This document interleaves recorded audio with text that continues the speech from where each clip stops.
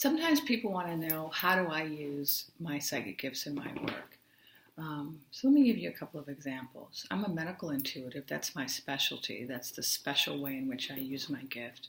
I'm also an Akashic Records reader. I'm also a medium. I also do hands-on energy healing work. And then I use all of those modalities to do health coaching and life purpose coaching. So let me give you an example of how those gifts work for me. So let's say a client comes to me and they have a physical condition, and they'll come to me and say, well, I have these pains in my legs and I want to know what is it? They need a diagnosis.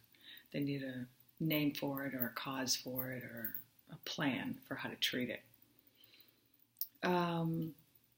The first thing I do is I use clairvoyance. And so I close my eyes because I'm a subjective clairvoyant. I can also be an objective clairvoyant, but I prefer to be a subjective clairvoyant because I prefer not to stare at people while I'm accessing information about them. I find that people get uncomfortable when you're just staring at them.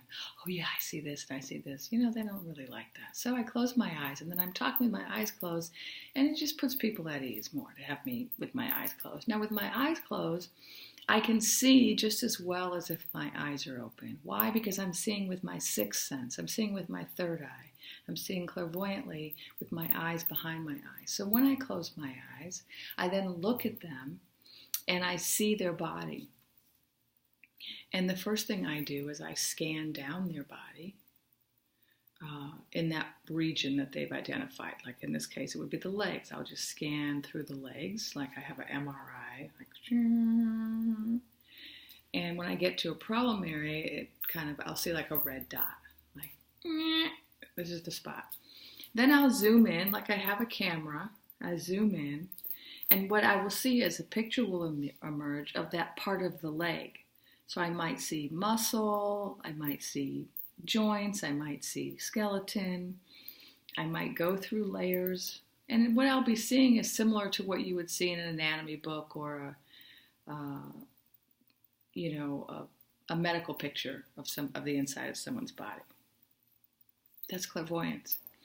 Now, at the same time that I'm looking, I will work clairsentiently. That's where I bring in the symptoms into my body. And so what I do is I actually reach my energy out. You can think of it as stretching your aura out and overlapping it on the other person. And then when I do that, I bring their symptoms into my body. And so if someone's talking about their legs, then I'll be like, oh, I'll start feeling my leg, if it's my arm, and I'll start to feel the pain. Oh, and then I'll locate it clairsentiently, right? Because it's in their body, but I'm feeling it in my body. So I might poke around until I get to a tender spot. Oh, it hurts right here. Well, that's not my pain, right? That's their pain. But, I can feel it right here. And then I say, this is where it hurts. And then they say, yes, that's where it hurts, right? And so me identifying the pain in my body lets them know that I'm dealing with the same thing they're dealing with. I know what they're talking about, right? So that's another way to get information, is to actually feel the pain. Now, I also clairsentiently will get emotions. So if they come to me for an emotional condition, or sometimes it's a physical condition which has an emotional component, as I tune into that, I might suddenly get an emotion.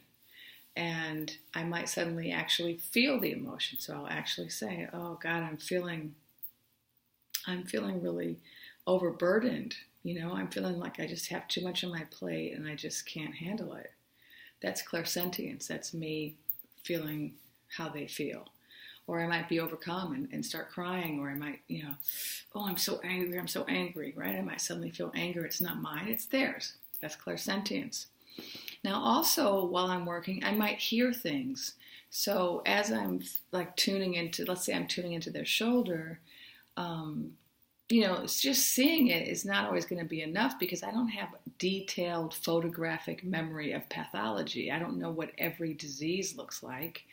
I don't even remember what all the anatomical parts look like. I remember most of them, but sometimes I'll be like, I don't remember what that is. And so it helps to not just see it, but to hear words. And so sometimes I'll get a word like,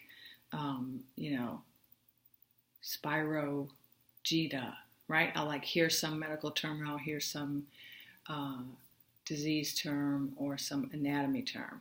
And that's my clairaudience kicking in, right? So those are all different gifts that I can use to get information about somebody's health.